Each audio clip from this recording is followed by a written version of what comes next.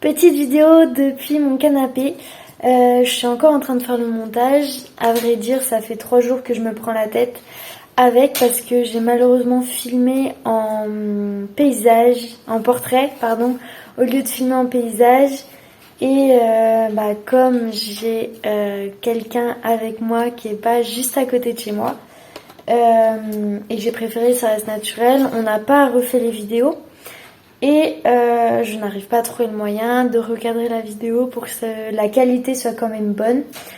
Donc tant pis, j'en suis désolée, mais la vidéo sera en portrait. Donc voilà, je te souhaite quand même une bonne vidéo et j'espère que les conseils t'aideront à faire ce défi numéro 13. Hola tout le monde, on se retrouve aujourd'hui pour la vidéo Vision Board ou tableau de visualisation pour ceux qui préfèrent. On va voir ensemble un petit peu comment s'y prendre, comment ça marche et aussi qu'est-ce que c'est, d'accord? Pour ceux qui ont le jeu de cartes, ce sera la carte numéro 13. Voilà, donc vous avez déjà quelques informations pour faire le défi sur la carte, mais si tu es là, c'est que tu voulais avoir un petit peu plus de conseils, un petit peu plus d'informations pour le faire au top du top. Donc pour cette vidéo, j'ai fait venir Patricia Marot, qui est une animatrice d'atelier de Vision Board, donc pour nous expliquer un petit peu sa vision des choses, comment elle, en atelier, fait avancer en fait le processus. Salut Patricia, j'espère que ça va bien. Du coup, on va commencer par une petite question-réponse sur le Vision Board. J'ai préparé quelques questions plus théoriques et après, quand on va voir comment un peu faire son tableau de visualisation, j'ai d'autres questions plus pratiques. Ok ? Donc la première question, c'est comment on est arrivé à avoir envie en fait de... Alors moi-même, j'ai participé à un atelier Vision Board, alors que j'avais fait plein de développement personnel. Et du coup, j'ai bien compris que si je voulais avancer, c'était vraiment avec le Vision Board que j'avançais vraiment. J'utilisais tous les outils possibles, ça suffisait pas. Okay. Parce que c'était pas clair, c'était pas réaliste. Donc du coup, j'étais déçue de moi. Parce que la moitié de ce que je projetais, ça marchait pas. Okay. Voilà, donc t'as compris qu'il te fallait un support pour... Donc j'ai participé à un atelier de Vision Board et moi avec les outils que j'ai par rapport au groupe de parents d'enfants et tout ça, enfin les groupes parentaux, j'ai rajouté des outils qui ont bien complémenté. C'est-à-dire que la physique quantique pour moi ça suffisait pas. Oui, il fallait autre chose aussi. Il fallait autre chose. Ok. Est-ce que tu as eu des témoignages qui t'ont vraiment marqué ? Est-ce que tu peux nous en citer un ou deux ? Une personne qui rêvait de voyager et en faisant son vision board, elle s'est prise en main d'acheter son petit camion dans l'année ou dans les 2 ans qui viennent. Et puis voilà, c'est parti maintenant, tous les ans, elle part avec son petit camion. Et c'était très touchant parce que c'est une maman qui venait de se séparer, qui se retrouvait seule, qui n'avait pas d'argent. Et d'oser faire un projet aussi... ambitieux. Voilà. Et qu'il aboutisse. Ça, c'est un des exemples top. Okay. Mais il y en a d'autres. Hein. Oui, j'imagine bien. Oui. Donc, quels sont les plus grands bienfaits que toi, tu vois au tableau de visualisation ? Eh bien, comme dans celui que je propose, comme on fait un bilan d'où on en est, eh bien déjà, ça permet aussi de remettre un peu d'estime de soi. Souvent, on a l'impression de voir tout ce qu'on n'a pas fait, tout ce qui ne va pas. Et en faisant un bilan, on va remettre du positif. Et du coup, vu qu'on n'est plus fier de soi, eh bien, c'est vachement plus facile de faire un bilan, de projeter. Ouais, de projeter. Pour améliorer. On voit qu'on a fait plein de petits pas. Voilà. Je ne sais plus, la question c'était... Les plus grands bienfaits que tu vois. Et puis... de voir aussi toutes ces personnes, pour certains, qui redeviennent un peu enfants, ou qui développent de la créativité, qui vont se mettre à 4 pattes à faire leur collage. De voir aussi les bienfaits, c'est que certaines arrivent avec des idées préconçues sur ce qu'elles vont réaliser et elles repartent. Et c'est pas du tout ça. C'est pas du tout ce qu'elles avaient prévu. Et ça, c'est un cadeau. pourquoi du coup ça peut être plus intéressant de le faire justement en atelier que tout seul chez soi? Alors après, moi je trouve qu'il y a quelque chose d'assez énergétique. Et puis les témoignages de certains, de certaines vont venir résonner en toi et vont encore démultiplier ta créativité. Du coup, je pourrais même te retourner la question vu que tu y as participé. Et toi, qu'est-ce que tu as trouvé d'intéressant dans le faire en groupe par rapport à le faire tout seul? Bah déjà, moi, le premier tableau du coup que j'ai fait, c'était avec toi. Donc c'était d'être guidée en fait, de savoir où j'allais, quelles questions me poser. Quand j'avais des blocages, effectivement, t'avais l'énergie aussi du groupe qui te soutenait. Et c'est vraiment un temps que tu prends pour toi. Et de dire, ouais, je vais faire mon tableau de visualisation sans avoir de rendez-vous, en fait. Parce que l'atelier, c'est ça, c'est un rendez-vous, c'est à une date, à une heure. Et si tu n'y es pas, bah, l'atelier, il t'attend pas, en fait. C'est clair. Donc tu es obligé, en fait, de prendre ce temps-là. Chose que tu fais peut-être moins facilement quand tu es seule. Et ouais, donc ça, j'ai trouvé ça important de vraiment se fixer un temps pour soi et voilà. Que je réfléchis, je suis toute seule, je prends le temps, il y a pas de rythme en fait. Tu fais à ton rythme et voilà. Sachant que je dois le dire, mon rythme il est assez intense. Mais c'est bien, moi je trouve qu'il faut, ça apporte aussi du coup l'énergie qu'on a besoin en fait pour le faire.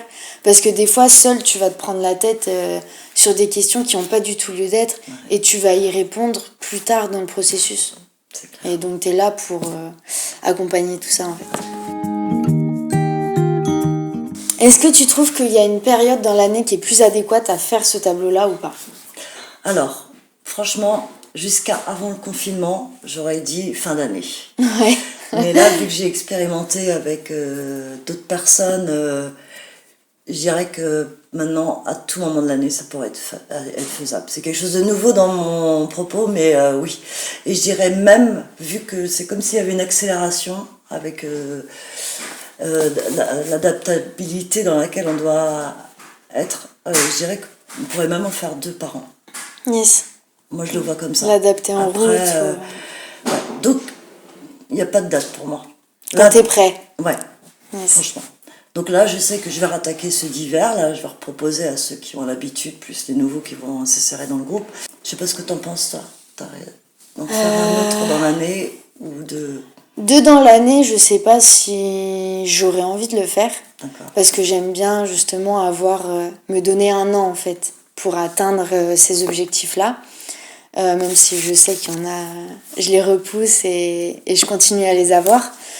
Mais par contre, je pense qu'effectivement, ça peut être intéressant d'en refaire ou de l'adapter après une situation peut-être qui a été spéciale ou qui a été compliquée. Effectivement, après le confinement, ça peut faire du bien en fait de reprendre le tableau et de changer certaines choses ou voilà, se redonner une énergie en fait pour avancer. Ouais.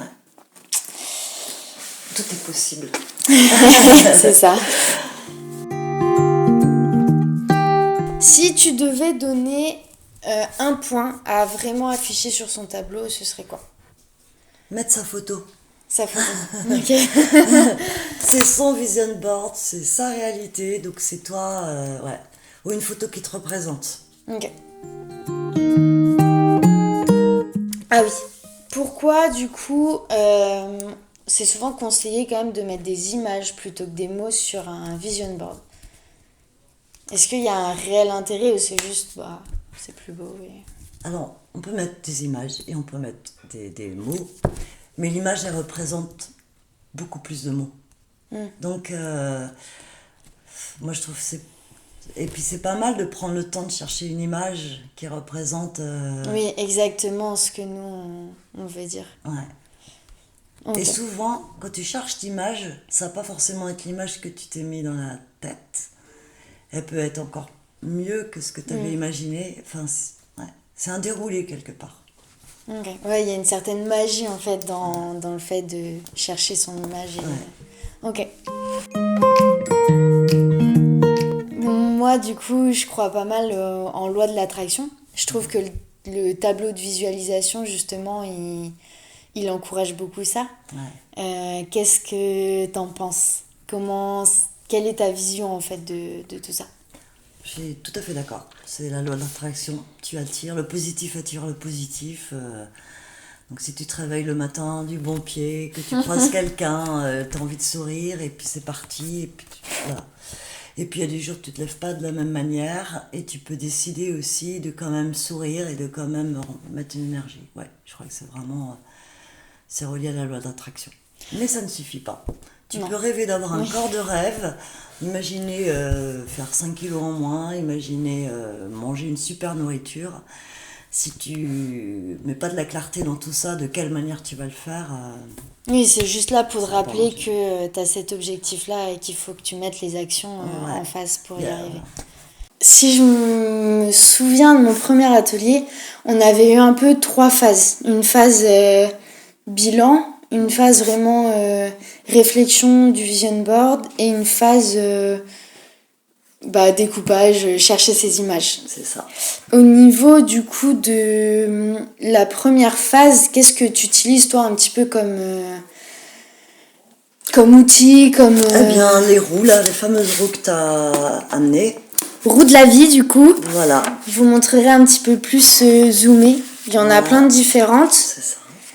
Et est-ce que tu peux nous expliquer un petit peu ce que ça représente, ce que ça regroupe? Donc la roue de la vie, ça permet d'aller étudier plusieurs domaines.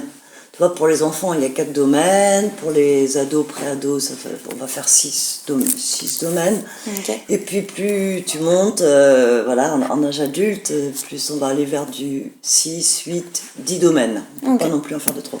Et du coup, ça permet vraiment de voir où on en est. Face à sa santé, face à sa famille, face à son argent, face à ses amis, etc., etc. Et à la suite de ça, bien, comme on a mis la clarté, on va pouvoir voir qu'est-ce qu'on a envie de changer, faire évoluer ou de laisser pour l'année à venir. Ok, voilà. Donc ça c'est vraiment la partie bilan, si je m'en souviens bien. C'est ça. Avec cette étape-là, on passe après, une fois qu'on a fait notre roue, à vraiment écrire du coup nos objectifs. Avec différents outils, voilà. Et est-ce que du coup, sur cette étape-là, il faut vraiment trouver un équilibre, par exemple, avec toutes nos phases, toutes les parties de notre vie, ou est-ce qu'on peut mettre, par exemple, quelqu'un qui se rend compte que... il fait beaucoup attention au côté fun, au côté carrière, mais pas du tout à sa santé. S'il veut vraiment marquer que l'aspect santé ou beaucoup plus développer cet aspect-là. C'est toi qui décides. Ouais. Tu crées ta réalité. Et justement, plus tu vas accepter d'être dans ta réalité, plus tu vas toi-même avoir envie de changer ou faire évoluer certains domaines. Mais si c'est OK pour toi, il n'y a pas de souci. Mais en faisant ce tableau-là, en général, tu as envie... la roue, elle bouge.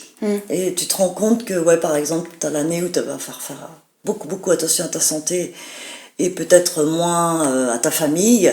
Et tu te dis, je vais peut-être faire 1 ou 2 trucs dans l'année pour ma famille. Enfin, tu vas venir équilibrer un petit peu. De base, on a envie quand même de chercher un certain équilibre. Ouais, parce que en général, chacun va avoir envie d'aller chercher un gros domaine que tu as envie de développer. Par exemple, tu travailles pas, tu n'as pas de formation. Et là, tu te dis, bon, cette année, je me mets à fond à chercher du travail, de la formation. Et peut-être va y avoir moins de côté fun de l'année d'avant. Enfin, ouais. Mais tu vas rester avec des côtés fun en développement. Oui, l'idée, c'est quand même d'arriver à un petit panel de un peu de tout. Ouais. Donc c'est vrai qu'on n'en a pas parlé, mais au niveau du bilan, c'est vrai qu'elle utilise souvent les CW. Donc où, quoi, quand, pourquoi, comment, c'est tout ce que j'ai mis en fait dans les cartes pour aider en fait à faire son bilan et également pour vérifier que tes objectifs sont réalisables. En fait, le tableau de visualisation, donc ça te permet de visualiser ce que tu veux atteindre, dans quelle direction tu veux aller. Mais pour que les choses que tu mets sur ton tableau soient un succès, se réalisent, eh bien il faut qu'ils soient réalisables. Pour vérifier qu'ils sont réalisables, Il y a donc 6 questions à se poser. Quoi, comment, pourquoi, combien, où. Les questions qu'on apprend un petit peu à l'école quand on analyse un texte, ok, pour faire court. Concernant la recherche d'images, moi je sais qu'en général sur tes ateliers, t'aimes bien ramener des magazines. T'en as ramené quelques-uns aujourd'hui. Est-ce que les magazines que tu prends, c'est vraiment au pif ceux que voilà, ou tu cibles quand même? Est-ce que y en a plus c'est santé, un peu voyage? Je cible pas, j'essaye d'avoir un petit peu sur la forme, sur la déco, sur la maison, mais il manque toujours quelque chose. Oui. Tu vois, pour quelqu'un qui est fan de voitures ou de motos, alors soit j'ai que des voitures, soit j'ai que des motos. Si quelqu'un est fan de mode et puis que j'ai pris des avantages, il va pas voir. Oui, c'est pas la bonne moto, c'est pas la bonne. Non. Est-ce que du coup, c'est vraiment cet outil-là qui est préconisé, ou tu peux aller sur internet, faire tes propres dessins, tu peux faire tes propres dessins, comme tu sais en faire un super. Tu peux aller aussi chercher des images sur ce qui est légal, là, Google Photos, enfin Google Images. Et puis quelques textes aussi. Voilà. Et puis il faut vraiment se laisser aller, parce que des fois tu vas ouvrir le catalogue et tu sais pas pourquoi. Tiens, ça va te parler. Et voilà. Et oui, même si ça représente pas forcément quelque chose, ça te fait du bien, donc tu le mets. Parce que c'est vrai qu'à travers tout ça, il faut quand même qu'il y ait une émotion. On dit que c'est juste quand il y a l'émotion par derrière. Donc si tu ressens rien... ouais, c'est que même si c'est censé représenter ce que tu veux, c'est que c'est pas ça. Et donc, en gros, ça ne marchera pas. Ok.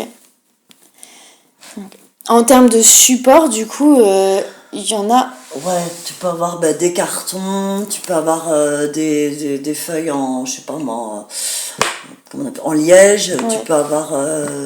Tu peux avoir ta porte, tu peux avoir ton mur. Yes. Et moi, dernièrement, mon dernier, alors je l'ai pas amené, mais c'est un petit carnet. Ok. Du coup, je vais pouvoir, j'ai commencé. Ça m'éclate déjà de le faire en petit carnet. Yes. Donc, ça doit être assez différent. Et après, tu peux en plus prendre ton vision board, le mettre sur ton téléphone, sur ton ordinateur portable, pour régulièrement, ce qui est important, comme on dit, le cerveau, pour créer de nouvelles connexions, il faut 21 à 30 jours. Oui, j'allais te demander justement, parce que c'est vrai qu'il y en a du coup qui le mettent sur leur ordinateur, ou qui même le font directement sur leur ordinateur. Et ça peut marcher aussi. Il n'y a pas de... L'important, c'est vraiment qu'il faut qu'on le voit régulièrement, je crois. Et on pourrait même faire un vision board que sur sa santé. Ou on pourrait faire un vision board que sur son activité. Tout est possible. Yes. Mais c'est vrai, quand on a une vue d'ensemble, ça permet, comme une danse, tu vois, d'équilibrer comme une danse. Et puis ça permet de pas placarder toute sa maison non plus, quoi. Ouais.